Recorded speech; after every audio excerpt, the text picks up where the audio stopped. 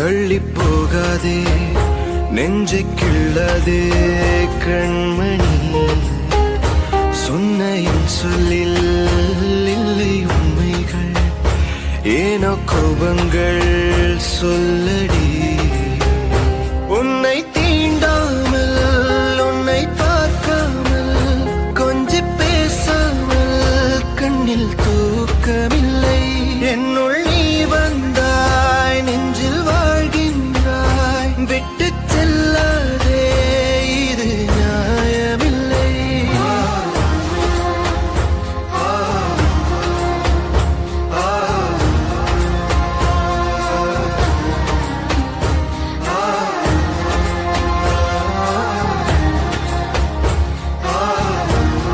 നമ്മുടെ കഥ തുടങ്ങുന്നത് സിയോൾ നഗരത്തിലാണ്.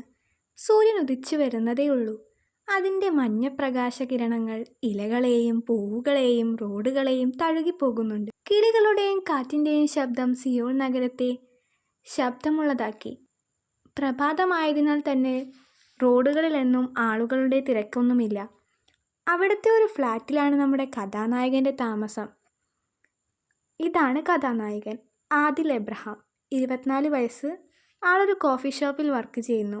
ഒരു മിഡിൽ ക്ലാസ് ഫാമിലിയിൽ നിന്നാണ് ആളുടെ വരവ്. പാവമാണ്. അവൻ അലറാം അടിയുടെ ശബ്ദം കേട്ടാണ് എഴുന്നേറ്റത്. അവൻ പതിയെ കണ്ണുകൾ തുറന്നു. പുറത്തേക്ക് നോക്കി. ഉദിച്ചു നിൽക്കുന്ന സൂര്യൻ, പാറിക്കളിക്കുന്ന കിളികളുടെയും വണ്ടിയുടെയും ശബ്ദം എല്ലാം അവൻ്റെ മനസ്സിൽ ഒരു ഉന്മേഷം നൽകി. അവൻ പതിയെ ബെഡിൽ നിന്നും എഴുന്നേറ്റ് ബാത്റൂമിൽ പോയി ഫ്രഷായി വന്നു. ഇന്ന് അവൻക്ക് ജോലി ഇല്ലാത്തത് കൊണ്ട് തന്നെ നേരെ ലൈബ്രറിയിലേക്ക് പോയി. ഇപ്പം സമയം ഒരു 8:30 ആയി. ഒരു 20 മിനിറ്റ് ഉണ്ടാകും ലൈബ്രറിയിലേക്ക് എത്താൻ. അല്പസമയത്തിന് ശേഷം അവൻ ലൈബ്രറിയുടെ ഫ്രണ്ടിലെത്തി. ലൈബ്രറിയുടെ പേരാണ് പേജ് ടേണേഴ്സ്. അവൻ ആ ലൈബ്രറിയുടെ അകത്തേക്ക് കയറാൻ പോയപ്പോഴാണ് അകത്തു നിന്ന് പുറത്തേക്ക് വരുന്ന ഒരു പെൺകുട്ടിയുമായി കൂട്ടിയിടിച്ചത്. ആദിൽ, ഓ സോറി. ആ പെൺകുട്ടി ഒന്നും പറയാതെ അവിടെ നിന്നും വേഗം തന്നെ പോയി. അവനൊരു കൺഫ്യൂസ്ഡ് ലുക്കിൽ ആ കുട്ടിയെ പോയ വഴിയെ ഒന്ന് നോക്കി നിന്നു. പിന്നെ അവൻ തിരിഞ്ഞുള്ളിലേക്ക് കയറാൻ പോകുമ്പോൾ അവൻ്റെ കാലിൻ്റെ അടിയിൽ എന്തോ തടഞ്ഞു. അവൻ താഴേക്ക് നോക്കി. അതൊരു ഡയറി ആയിരുന്നു. അവൻ അത് എടുത്തൊന്ന് നോക്കിയിട്ട് ഉള്ളിലേക്ക് കയറി. അവനൊരു ബെഞ്ചിൽ പോയിരുന്നു. അവൻ ആ ബുക്ക് തിരിച്ചും മറിച്ചും ഒക്കെ നോക്കി. അവൻ കുറേ ചിന്തിച്ചു, ഇത് തുറന്നാൽ നോക്കണോ? മറ്റുള്ളവരുടെ പേഴ്സണൽ കാര്യത്തിൽ ഇടപെടുന്നത് തെറ്റല്ലേ? അവസാനം അത് വായിക്കാൻ അവൻ തീരുമാനിച്ചു. ഡയറി അവൻ തുറന്നു. മൈ നെയിം ഈസ് ഇവ ജോൺ. ഇന്നാണ് ഞാൻ അവനെ ആദ്യമായി കാണുന്നത്. ബീച്ചിൽ വെച്ചാണ് അവനെ ആദ്യമായി കണ്ടുമുട്ടുന്നത്. എന്നെപ്പോലെ തന്നെ എല്ലാവരിൽ നിന്നും മാറി കുറച്ച് ആശ്വാസത്തിന് വേണ്ടിയാണ് അവനും വന്നത്. ഞങ്ങൾ തമ്മിൽ കുറച്ച് സംസാരിച്ചു. എന്നാലും ഞങ്ങൾ പേരുകൾ ഒന്നും പറഞ്ഞില്ല അങ്ങോട്ടും ഇങ്ങോട്ടും. പെട്ടെന്ന് അമ്മയുടെ കോൾ വന്നാണ് ഞാൻ അവനോട് ബൈ പറഞ്ഞു പോന്നത്. നാട്ടിൽ അത്യാവശ്യം അറിയപ്പെടുന്ന ഒരു കുടുംബമാണ് എൻ്റേത്. തറവാടിത്തം കൊണ്ടും നാട്ടിൽ എല്ലായിടത്തും പ്രശസ്തമാണ് എൻ്റെ കുടുംബം.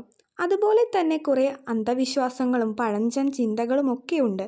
അന്ന് വീട്ടിലെത്തിയ ഞാൻ എപ്പോഴും അവനെക്കുറിച്ച് മാത്രമാണ് ചിന്തിച്ചത്. അങ്ങനെ 2 ആഴ്ച കഴിഞ്ഞുപോയി.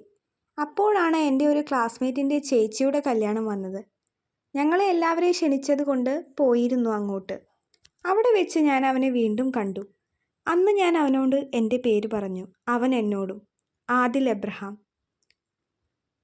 ഞാൻ പറഞ്ഞു അവനോട്, മൈ നെയിം ഈസ് ഇവ ജോൺ. നമ്മുടെ ആദിക്കുട്ടൻ എപ്പോഴാണ് അത് ആരുടെ ഡയറിയാണെന്ന് മനസ്സിലായത്? ഇവ. അവൻ പതിയെ പറഞ്ഞു.